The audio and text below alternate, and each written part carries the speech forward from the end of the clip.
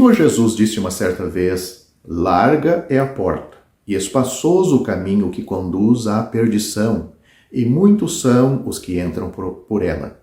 Estreita é a porta, e apertado o caminho que leva à vida, e poucos há que a encontrem. Mateus capítulo 7, versículos 13 e 14. Todas as pessoas gostam de acreditar que existe o céu, mas não gostam que lhes digam que há também o inferno.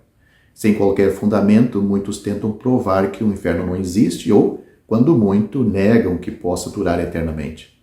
Porém, o único que podia falar com autoridade, o Filho de Deus, que conhece a fundo o assunto, disse assim: irão estes para o tormento eterno.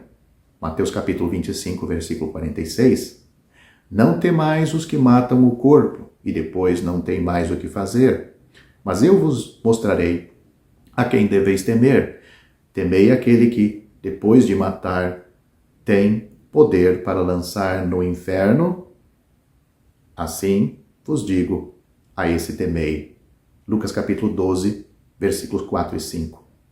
Para o inferno, para o fogo que nunca se apaga, onde o seu bicho não morre e o fogo nunca se apaga. Marcos capítulo 9, versículo 43, 44. Ali haverá pranto e ranger de dentes. Mateus capítulo 24, versículo 51.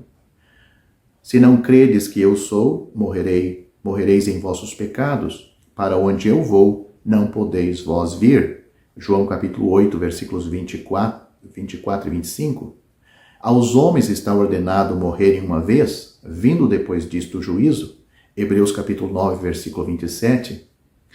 Ao universalista, que não conhece outra autoridade senão uma consciência universal, o apóstolo João avisa: aquele que não crê no Filho não verá a vida. E aquele que acredita no aniquilamento da alma, o mesmo apóstolo avisa que a ira de Deus sobre ele permanece. João capítulo 3, versículo 36. Destes, o apóstolo Paulo escreveu que, por castigo, padecerão eterna perdição. 2 Tessalonicenses capítulo 1, versículos 8 e 9. Na cruz de Cristo vemos que Deus é amor. João capítulo 4, versículo 8, 1 João capítulo 4, versículo 8, mas também vemos que, quanto ao pecado, Deus é santo, que ele é misericordioso e longânimo, agora manifesta-se no fato de ser agora o dia da salvação. 2 Coríntios capítulo 6, versículo 2. Aquele que crê no Filho tem a vida eterna, mas aquele que não crê no Filho não verá a vida, mas a ira de Deus sobre ele permanece. João capítulo 3, versículo 36. O Senhor Jesus disse uma certa vez: eu sou o caminho, a verdade e a vida, ninguém vem ao Pai senão por mim. João capítulo 14, versículo 6. Te tenho posto a vida e a morte, bênção e a maldição. Escolhe, pois, a vida. Deuteronômio capítulo 30, versículo 19.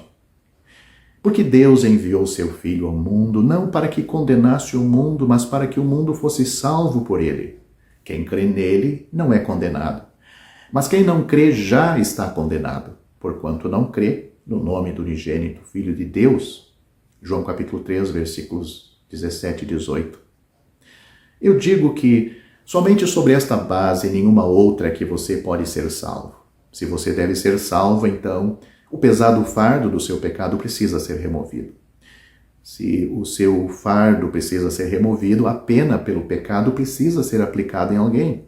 Se a pena pelo pecado precisa ser aplicada em alguém, então Jesus precisava morrer, pois a pena para o pecado é a morte. Você não poderia suportá-la sem perecer miseravelmente. Assim diz o apóstolo João: pelo seu nome vos são perdoados os pecados. 1 João capítulo 2, versículo 12. Não pelas obras que você possa praticar, nem pela sua moralidade, mas pelo nome de Jesus. Só por ele, só por Jesus é que nós somos salvos. A misericórdia flui hoje mesmo.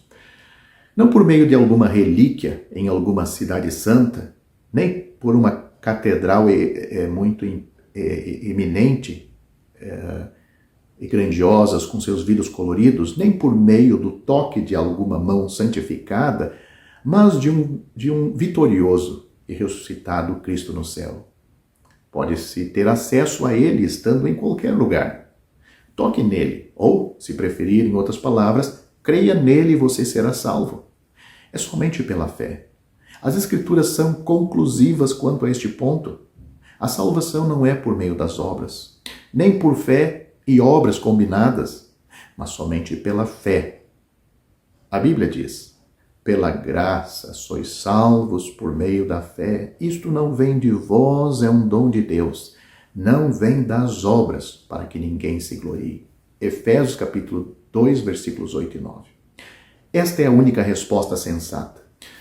Mas cuidado para não perder sua alma eternamente só por causa desta pequena questão, ou seja, o tempo da sua resposta a este convite da salvação, pois a Bíblia diz: eis aqui agora o tempo aceitável.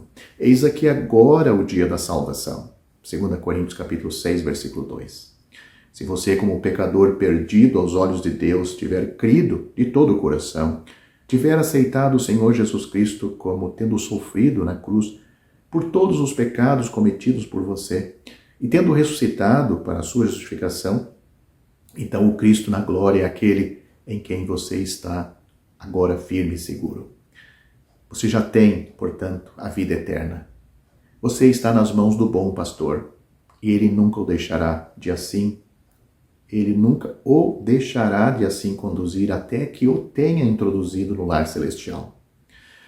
Se assim verdadeiramente creu, você já foi feito membro do corpo de Cristo, a igreja verdadeira, ligado ao seu Senhor pelo Espírito Santo, e agora a caminho do céu. O Senhor Jesus se alegra em reunir os seus em torno de si fora do arraial, e ao seu nome exclusivamente, até que volte para levar-nos para este lar celestial, para estarmos com ele e sermos semelhantes a ele, por todo sempre, na glória, para o seu eterno louvor.